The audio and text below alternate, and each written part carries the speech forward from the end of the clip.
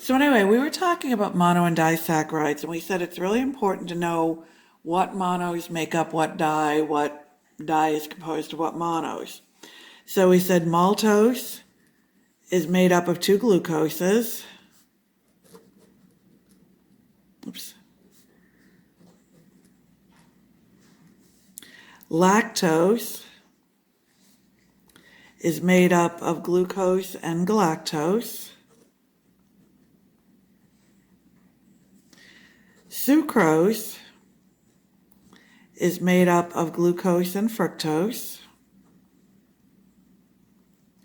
And I would definitely know that because when you think about the way you get asked questions, this is some nice, short, sweet kind of questions. Here's the two monos, what dye do they make? Here's the disaccharide, what two monosaccharides make up that disaccharide? And keep in mind, they're bound by a glycosidic bond. Remember, GLY, GLU, anything is sugars. Another product that I would know about would be high fructose corn syrup. This is high fructose corn syrup, and Dr. Krabbe is going to spend some time talking about that with you. It's made up of glucose and fructose. They're not bound to each other. That's why I have "and" there. So metabolically, it works the same in a lot of ways because it's the same components as sucrose, plain old white table sugar. And it's different in some ways too. So he'll do all of that with you, but be aware of that molecule because it's something I wouldn't be surprised to see you see again. So our monosaccharide or our other monosaccharides get really easy in a way because let's think about what we did. So we initially took our glucose, we went through all of our steps in glycolysis, we got to pyruvate, did the pyruvate dehydrogenase complex, got our acetyl-CoA, did the Krebs cycle, made the stuff that makes us ATP, sent that to the electron transport chain, and we got our ATP. So that was the first story we told. We just had glucose. Then we said, we have a time factor in the story. We don't eat what we need exactly when we need it. So we have this molecule called glycogen that's like our reservoir. So that's our balancer, outer, breakfast to dinner, dinner to lunch, or breakfast to lunch, lunch to dinner, and so on molecule. So then we said, or initially we said when we were getting into this, we said we're going to use a little bit of an analogy here. And we said that we're going to approach metabolism like we're building a highway. And we're going to build our highway start to finish, glucose to ATP. So it'd be like we're building I-95. We're going to build that highway from Holton, Maine to Miami. No on-ramps, no off-ramps, no nothing. Get that done first because it's like that's the hard part of the project. You know, we've got that part done. We're from Maine to Miami. Now, adding on-ramps and off-ramps isn't too difficult. The bulk of the work is done. So our monosaccharides, our other monosaccharides, are kind of like that. We're going to see fructose going into the glucose story. We're going to see galactose going into the glycogen story. So what I mean by going into the story is we're going to take these new monosaccharides, and we don't have to tell the whole story like we did between glucose and ATP. We're going to do a couple reactions and get on that pathway, get a molecule you've seen already, and then just go from there. Galactose, same thing. We'll do a couple steps, get on this pathway, and we'll go from there. Sorry, Luke has her squeaky toy. So we don't have very much to do to actually get on the highway on the part we know already. So If I say anything to her, she'll squeak more, sorry. So the first molecule we're going to do is fructose. I'm going to do it in words, and the structures and everything are in the PowerPoint. So if I eat a molecule of fructose, or if I eat white table sugar and break it down to get my fructose, I just do a couple steps and I get on a path you know already. So the first enzyme, or the one that fructose has the highest affinity for, fructose, is the better way of saying it, is fructokinase. Pretty easy to remember, fructose and a fructokinase. And that makes me fructose 1-phosphate. So abbreviating fructose with an F, phosphate with a P is perfectly safe. Anything starting with a G, write it out because you'll get messed up with it later if you don't. So my number one root, my primary root, is fructokinase. My number one root makes me fructose 1-phosphate. Then I cleave my fructose 1-phosphate into a glyceraldehyde and a DHAP. So let's look at something here and let's go back and make sure you catch it. I cleave this fructose. It only has 1-phosphate, so here's where my 1-phosphate goes. Don't get messed up there, and we'll come back and talk about it in a second when we talk about the other root.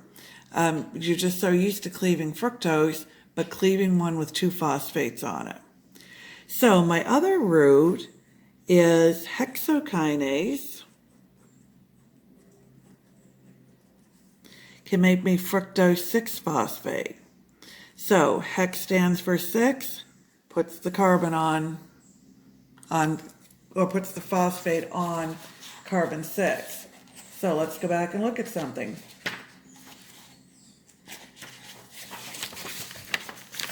Remember our glycolysis diagram. Where have we already seen fructose 6-phosphate? Right? So we're already in there. I just have to continue down, finish glycolysis, get to my pyruvate, get to my acetyl-CoA, get there. So I just have a couple, or did my step that gets me in there. So all I'm going to do now is finish the glycolysis story. I have fructose 6-phosphate, just like I saw in glycolysis. So you already know what to do there.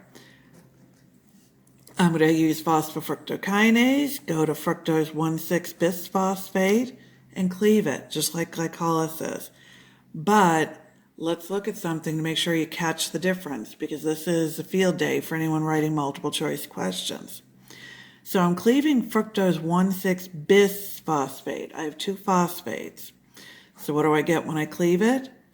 I get the DHAP, and I get glyceraldehyde, 3-phosphate. I have a phosphate to go both directions. So make sure you realize, yes, I have glyceraldehyde 3-phosphate here, exactly what I expect. I have glyceraldehyde with no phosphate here because I only had one. So be careful there. If I ask you guys what you get when I cleave fructose 1,6-bisphosphate, you're good. Got it. Good to go. DHAP and glyceraldehyde 3-phosphate. If I ask you what you get when you cleave fructose 1-phosphate, not always so good to go there, because you'll pick DHAP, just I think the not reading it right thing kicks in. You'll pick glyceraldehyde 3-phosphate when you should be picking just plain old glyceraldehyde. So be careful there, really good place to catch you there. Also the enzymes are a good place to catch you which one goes where. Fructokinase is my number one root, making me fructose 1. Hexokinase, hex is a 6, puts the phosphate on carbon 6. Okay, and that's it for fructose, just a couple of steps to get in there. The other story is our galactose. So galactose, again, is just a couple of steps, but instead of going into the glycolysis story, we're going to go into the glycogen story now. So I take my galactose, I use galactokinase, and I make myself galactose 1-phosphate. And here's another GL word. So again, or G word, at least this one's not GL. But again, write this out. If you put G1P over here, it's, what is the G? The 1 and the P, but which G? So be careful there. I used an ATP, and again, it's in the PowerPoint, so you can decide if you want to show it or not show it. That's where I got my phosphate. And same thing with the fructose. For less clutter, I didn't put it in, but that's the source of my phosphate on both, so your choice on whether you want to put it in there. And again, it's in the PowerPoint. So I use my ATP and my galactokinase, and I get galactose 1-phosphate. This one's a little bit different. I have galactose 1-phosphate now, and what I do is I go and find myself a UDP glucose. Remember where UDP glucose was going? That's what I made on the way to making my glycogen. So I made that on the way to making my glycogen.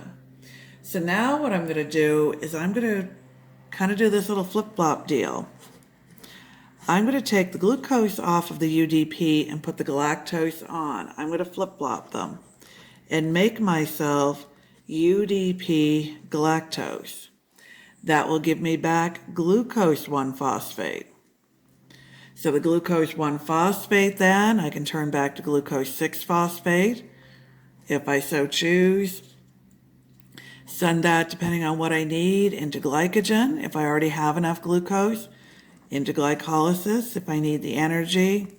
And again, depending on what the cell has and what the cell needs, is going to determine which direction I go.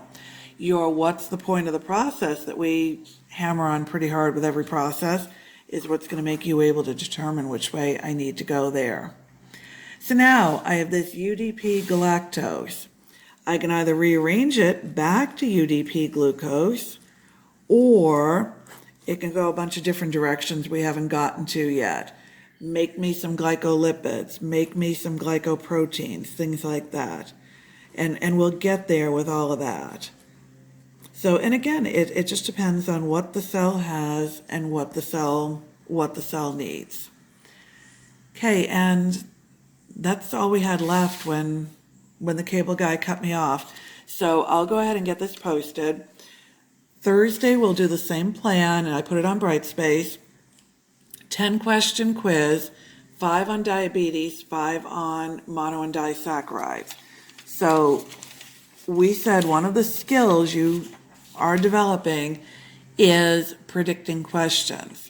So if you're predicting questions, 5 of them are coming, we said that makes perfect sense in terms of putting a multiple choice question together. This stuff looks great for that. Here's your 2 monos, pick the die, here's the list of die, or here's a die, pick from the list of monos. What makes it up? Fructose, what makes sense for good questions? Fructokinase makes me what? Hexokinase makes me what? I cleave either one of these. What do I get? Knowing darn well that's one that everybody's going to want to ask you what you get when you cleave it. Galactose, galactokinase makes me what? What enzyme makes me galactose 1-phosphate? Stuff like that. The exchange reaction, a little tougher to ask. So anyway, a little bit of an idea how to direct your studying. So we'll stick with that plan on Thursday. I'll put the quiz up in the morning, and we should be good to go. If you guys have any questions, I know a video wasn't the ideal way to finish this, let me know and we'll make sure we get you sorted through them.